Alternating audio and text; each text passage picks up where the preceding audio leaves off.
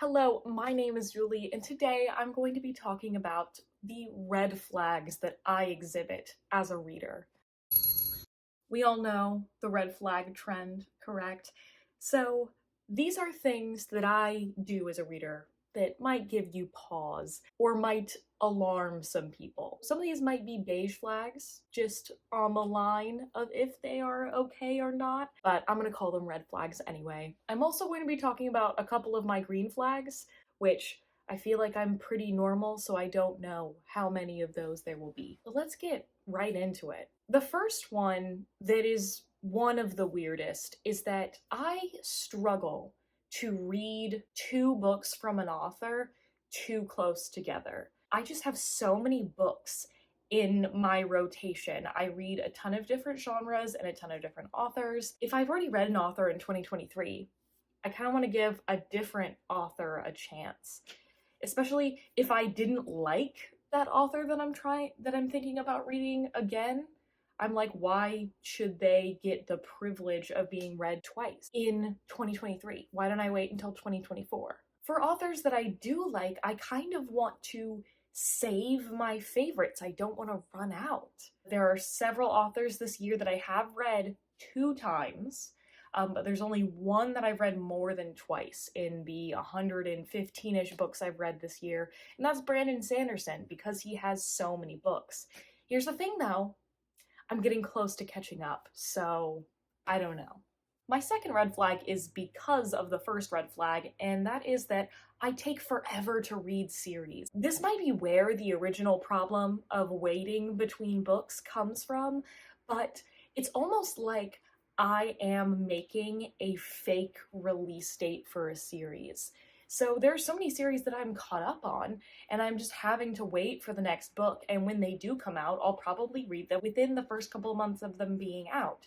But for all these series that I'm not caught up on, between balancing all the, I think, 40 so different series that I currently have unfinished that I plan on or might continue in, I want to give them all a chance, so I try to kind of have them in a rotation. But also, if it's not a brand new favorite series, just right off the bat, I don't know that I want to continue that quickly if I want to prioritize it, so it just gets put back on the wheel. This is very weird and neurotic of me, and I don't know if anybody else on planet Earth is like this. My third red flag starts out normal and then gets bad. We've all started reading a page of a book and realized that we haven't absorbed a single thing on the page. Well, I definitely have found myself, if I don't love the book, I will not necessarily always correct the fact that I have skimmed or skipped a section. If I am loving a book, I will go back because I want to savor every word, make sure I haven't missed anything that I would love. This also happens to me with dialogue. My brain will automatically skip to a quotation mark because they're noticeable on a page, but sometimes, again, I don't go back and read the descriptions, especially if I'm a little bored. Red flag number 4 has to do with buying books. And because I am blessed enough to have a good library, almost every single book that I want to read is available at my public library, whether I would have to wait for a hold or it's available immediately. And this becomes a little bit of a problem because I have indecision paralysis in almost every part of my life, especially things that aren't necessarily important. If I don't know for 100% sure that I want to buy a book, which as I've gotten older, I've become less and less sure that I want to buy all these books that I'm thinking of picking up, I will just agonize over whether I want to read the physical copy because I think it'll be a favorite book, or if I want to read the library book because I don't want to take the risk of spending $20 to $30. This cycle will repeat itself until I don't read the book. My fifth red flag has to do with falling asleep while reading. So I usually do most, if not all, of my reading at night last thing before I go to bed. I get everything else done for the day, and however much time I have left, I dedicate to reading. I try to read 100 pages physically a day. Sometimes that works and sometimes it doesn't. But I am tired at the end of the day, believe it or not, and I sometimes will have the book open in my lap reading, and I will just close my eyes with the book still physically open and fall asleep without realizing it. In my brain, I'm still picturing the words on the page, and it will take me a minute to realize that the words that I'm looking at aren't actually words. The story that I'm seeing doesn't actually make any sense. I have to ask myself, did what I read just make sense? And then I realize I'm sleeping and I wake myself up and get back to reading. This has only started happening to me in the last year or so. This is like the Tetris effect, but for reading. Does anybody else have this problem? Maybe I shouldn't read in bed, but bed is the comfiest place. Red flag number 6 has to do specifically with romance books. So a lot of people who read like to peek at the end of a book to check what the ending is going to be. I don't do that, and I have never done that, but I sometimes do this with chapters. Mostly, I do this when a romantic, intimate scene is about to take place. I am so uncomfortable by secondhand embarrassment that almost every single time that an intimate scene is going to be happening in a book, I will flip to the end of the chapter and check to make sure that the main characters do not get walked in on. I don't know that I've ever read a scene like that. Nothing's popping into my head, but I just want to know for sure that they don't get interrupted. I don't think I could handle that embarrassment without knowing that ahead of time. I think I've done it with a couple of other scenes, but it's mostly about that kind of scene. Red flag number 7, I will stop anywhere in a book. While I do try to end on a chapter, I don't need to. I will stop anywhere. I don't need a page break. I don't need a section break. At the end of every day, I do try to stop out of a chapter, but if there's nothing close to my 100-page goal, I don't care. I will fully stop in the middle of a sentence. If I'm reading and someone comes up to me, I won't be like, hey, stop. I will fully just put my book down.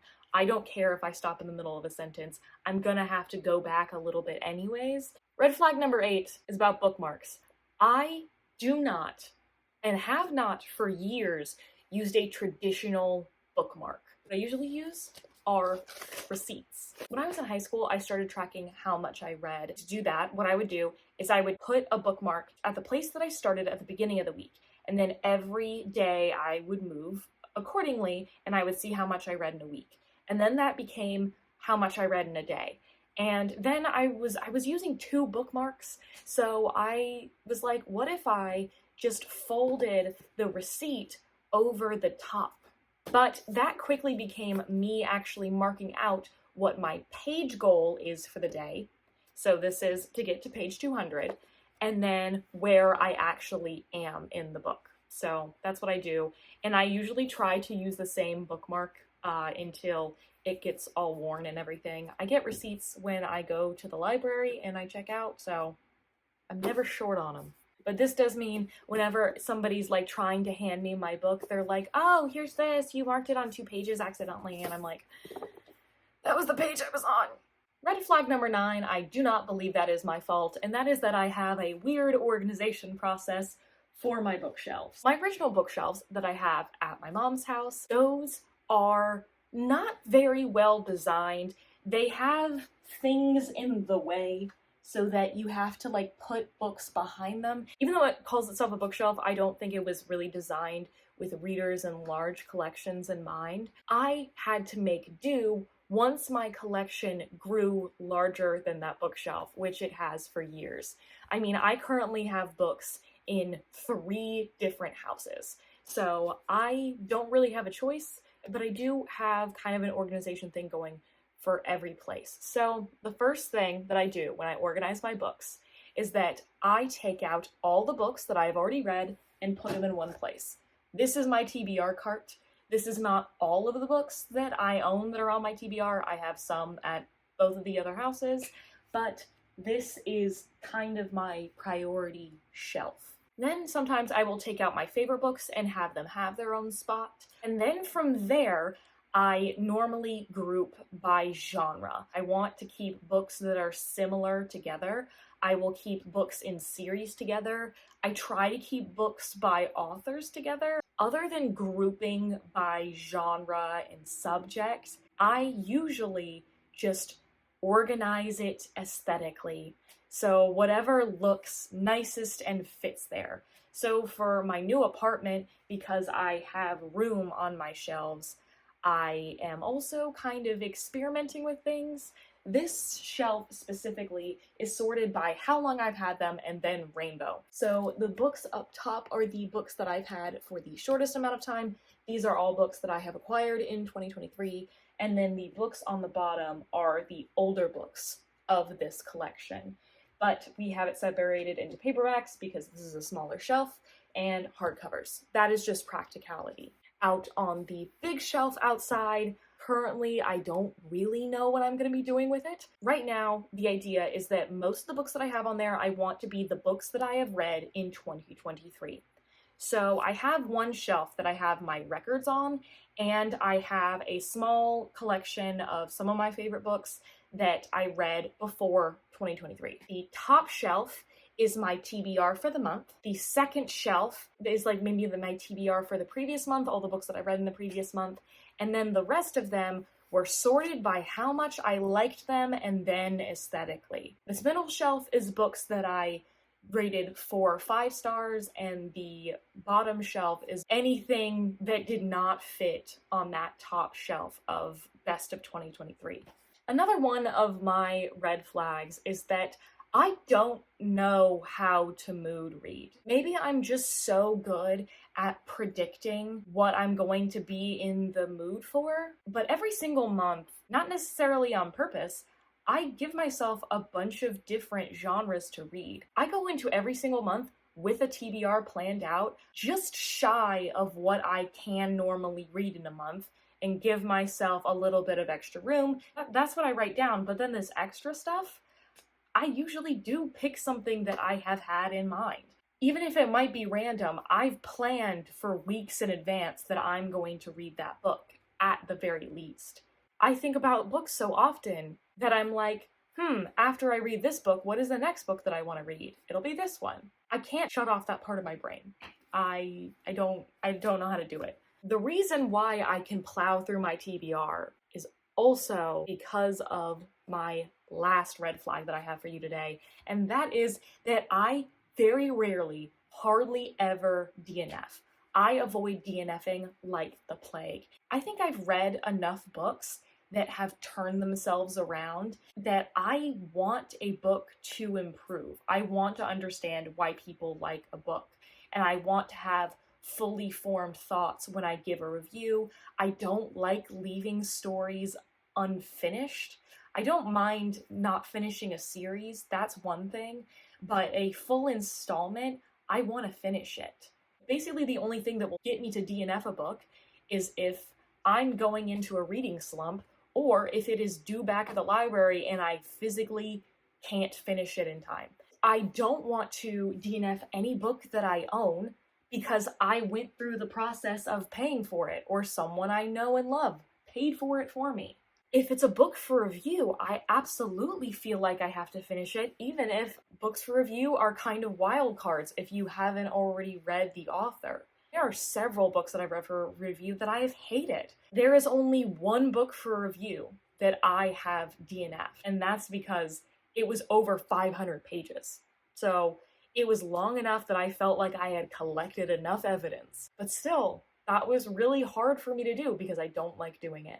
I know it's wasting time on a book that I didn't do, but I value giving a fully informed opinion. Like, I want to be able to give you, if I'm giving a 1-star review, I want to tell you why. And here are some of my green flags. So I read. I think reading at all, that's a green flag. Let's get to the real ones. Because I don't mood read and I plan ahead, I almost always finish my monthly TBRs. I am on track to finish all of my reading challenges for the year. I have not missed a single book for a monthly TBR this year, if I'm right. Like, I am really good at setting a goal that has to do with reading it and accomplishing it.